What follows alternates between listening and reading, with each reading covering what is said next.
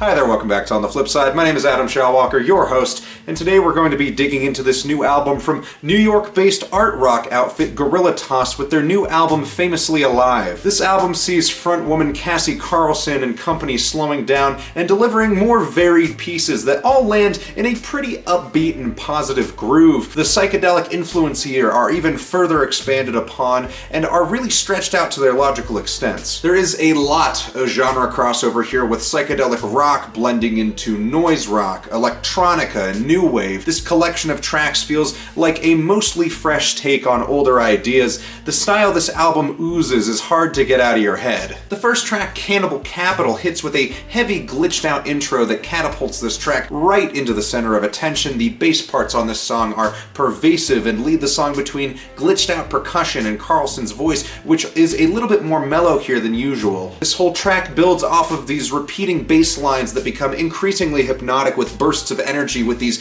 guitar and synth parts that roar out over the verses. I do like how they handle the song transitions a lot on this album. They have a good handle of where to lead one song into the next, with the lead into Famously Alive being very cool with a very abrupt, over-the-top, noisy rock riff that feels like it would be like right at home on like a Magnetic Fields record. The lyrics to this song and the vocal delivery are actually beautiful with auto-tuned waterfalls of reverb and shimmering synths. This song is so wonderfully arranged, it feels like this is kind of a culmination of stress and depressive issues all released at once in a kind of celebration of joy. Live Exponential kicks off with these huge drum kicks that really fill the entire mix, accented with flashes of synth and whirring glitch tracks. This song feels like kind of a continuation and response to the last song thematically, with a lot of lyrics about self-love. This pretty much seems like this album's motif overall. Rarely have I seen an album so utterly positive, it's almost disgusting if I didn't enjoy it so much. Mermaid Airplane is kind of like the pop side of Guerilla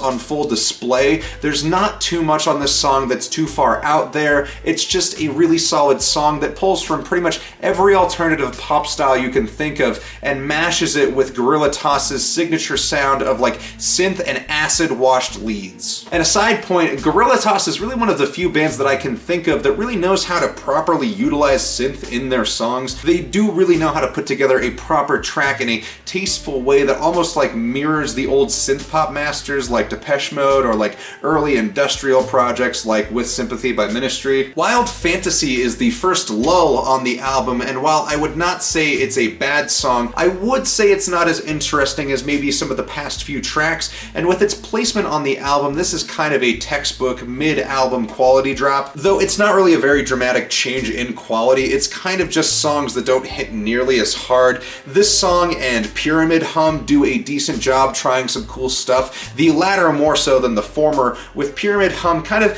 feeling almost like a blank Banshee track at points. I'm also very much getting some Alice Glass vibes from this song in the vocal department especially, which I would say is kind of a fair comparison to make, though thematically this whole album seems so much less dark than any of that kind of Alice Glass type stuff. I mean, yeah, Pyramid Hum is a nice song that I think would make for a nice opportunity for like remixes, especially the midsection, which I could easily see being sampled for any number of rap tracks. Excitable Girls has a killer acoustic guitar part that has so many creative uses of effects mixed into the track that it's kind of hard to tell just how they managed to create this sound. But I love how the guitar gives way to more and more electronica, eventually just dropping out entirely for some huge walls of synths which just kind of shoot all kinds of reverbed out waves into the track, which build on the back of the drums, which gain in intensity through the end of the song. This is a great track. I Got Spirit has a cool, almost McBass-like bass line that heads off the intro. I do like the idea here with how they blend this kind of lazy tropical sound into these acid haze dreamscapes,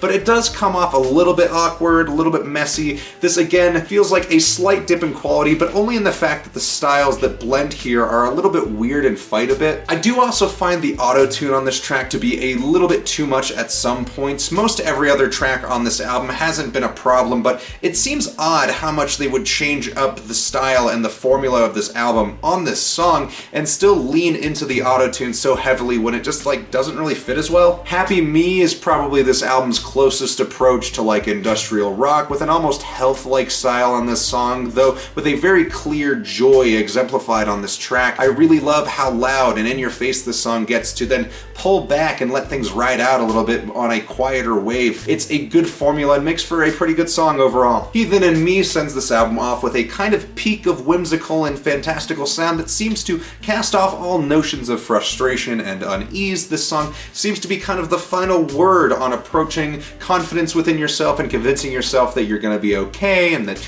acceptance of like bad parts of yourself is part of recovery. At least that's what I'm getting from it lyrically, but sonically this track is a lovely point to finish off on. They really knew how to bookend things very nicely, which is a good touch. So Famously Alive does have some moments where some of these songs can meander or even lose me entirely at points, but it's because the good tracks on this album are purely excellent. I do think that some of the spottier points do tend to hold things back a little bit for me, but I would still recommend this album to anyone if it came up. I can say this album pretty much met my expectations exactly, and I'm happy about that. Famously Alive is a solid 7. Thank you all so much for watching. Like and subscribe, and let me know what you thought of the album in the comments below. And if you'd like to support the channel more, check out my Reverb store and my Instagram. Links to those are in the description below. Thank you all so much again, and we'll see you on the flip side.